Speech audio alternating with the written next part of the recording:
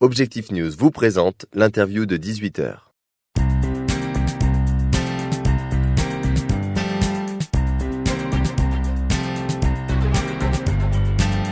Bonsoir à tous et merci de nous retrouver sur objectifnews.tv pour l'interview de 18h. Notre invité ce soir est Emmanuel Roanne. Bonsoir. Bonsoir. Vous représentez le syndicat solidaire Sud Emploi Midi-Pyrénées qui œuvre au sein même de Pôle emploi. Le nombre de demandeurs d'emploi en Midi-Pyrénées a augmenté en janvier de 1,9%. Il atteint aujourd'hui 10% dans notre région. Alors selon vous, est-ce que les moyens attribués à Pôle emploi sont suffisants face à cette hausse du chômage ? Alors, les moyens ne sont absolument pas suffisants par rapport à cette hausse de chômage.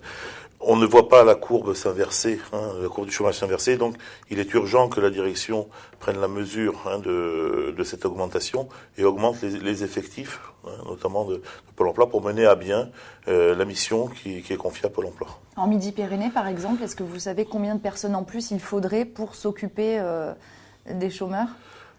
Il faudrait plus de 10% de salariés en plus en Midi-Pyrénées. On pourrait compter 15 à 20%.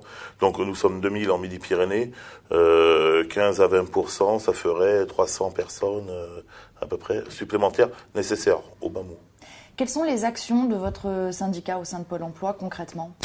Alors, les actions de notre syndicat en Midi-Pyrénées, elles sont de deux sortes. À la fois en interne, par la défense des salariés individuellement et collectivement. À la fois en externe, par la défense des chômeurs notamment, puisque nous sommes très attachés à défendre nos usagers, à défendre des causes type la lutte contre la xénophobie, la lutte contre l'homophobie, etc. Donc la lutte par rapport aux sans-papiers. Nous sommes très attachés aussi à avoir une activité externe à l'activité interne de Pôle emploi. Et dans votre activité interne à Pôle emploi, dans quel cas vous êtes amené à défendre des salariés, par exemple ? Qu'est-ce qui se passe à Pôle emploi qui fait que vous pourriez intervenir Alors, on peut intervenir quand, en cas par exemple, de licenciement, en cas de désaccord avec la direction, en cas de sanction aussi, de venir en défense du salarié, à partir du moment où la cause est juste, la cause est défendable. On ne défendrait pas des personnes indéfendables, je dirais. Alors actuellement, il y a une réorganisation au sein de Pôle emploi avec le déploiement du plan Pôle emploi 2015.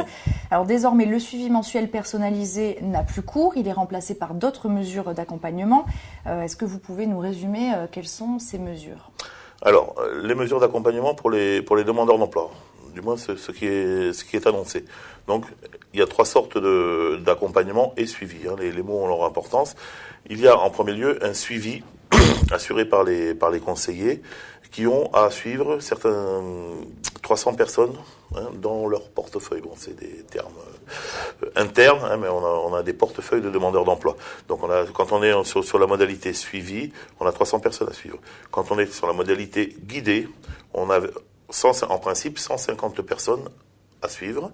Et quand on est sur la modalité renforcée, qui est la mesure phare présentée par le directeur général, les collègues on a 60 personnes à suivre. En fait, ce sont des degrés d'intensité d'accompagnement de la personne. Tout à fait, suivant l'autonomie. Alors, ce qui est voulu, c'est suivant l'autonomie de la personne que l'on va décider en collaboration avec la personne, si on lui propose plutôt un suivi, plutôt un accompagnement renforcé ou plutôt un accompagnement dit guidé. Alors ce plan de réorganisation, Pôle emploi 2015, est-ce que pour vous c'est une bonne nouvelle ? Est-ce que ça se passe bien ou est-ce qu'il y a des contreparties ? Alors ça pouvait l'être dans le sens qu'on s'était dit, avant nous avions le suivi mensuel qui était pour tout le monde, qui n'était pas forcément choisi.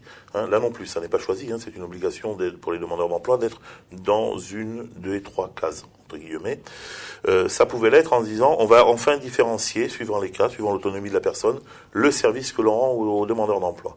Dans la pratique, la mesure phare qui est l'accompagnement renforcé, on a sur Midi-Pyrénées, l'objectif est de 136 portefeuilles, donc 136 agents dédiés à cet accompagnement renforcé. Qui est destiné aux personnes les plus éloignées de l'emploi. Les plus éloignées de l'emploi.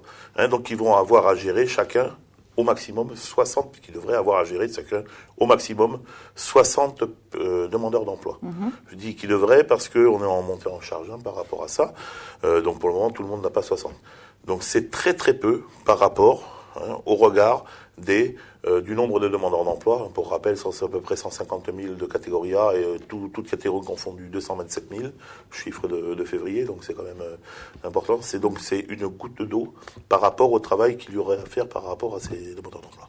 C'est un effet d'annonce, selon vous ? Alors, il y a cet effet d'annonce et il y a également, si vous voulez, quelque chose qui n'est pas annoncé, c'est que les agences ont des objectifs de placement par rapport à cet accompagnement renforcé. D'où le fait que dans certaines agences, on a commencé à dévoyer la mesure à partir du moment où il y a un objectif de placement en ne prenant que les personnes plus facilement employables.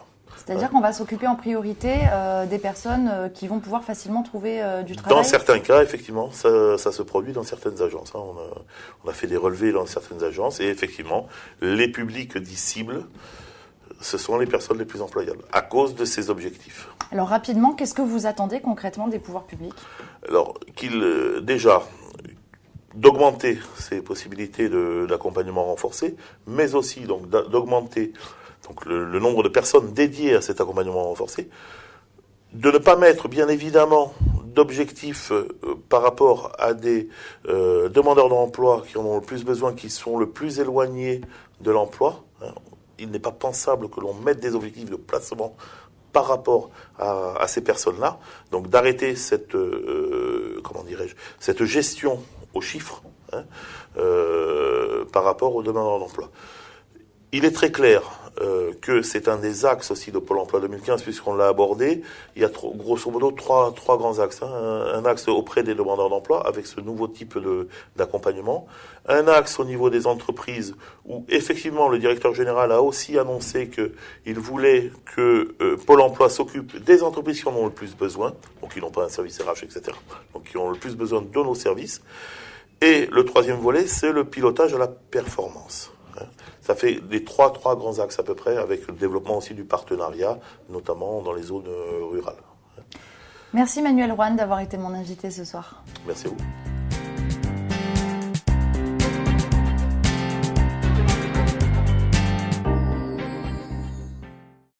Objectif News vous a présenté l'interview de 18h.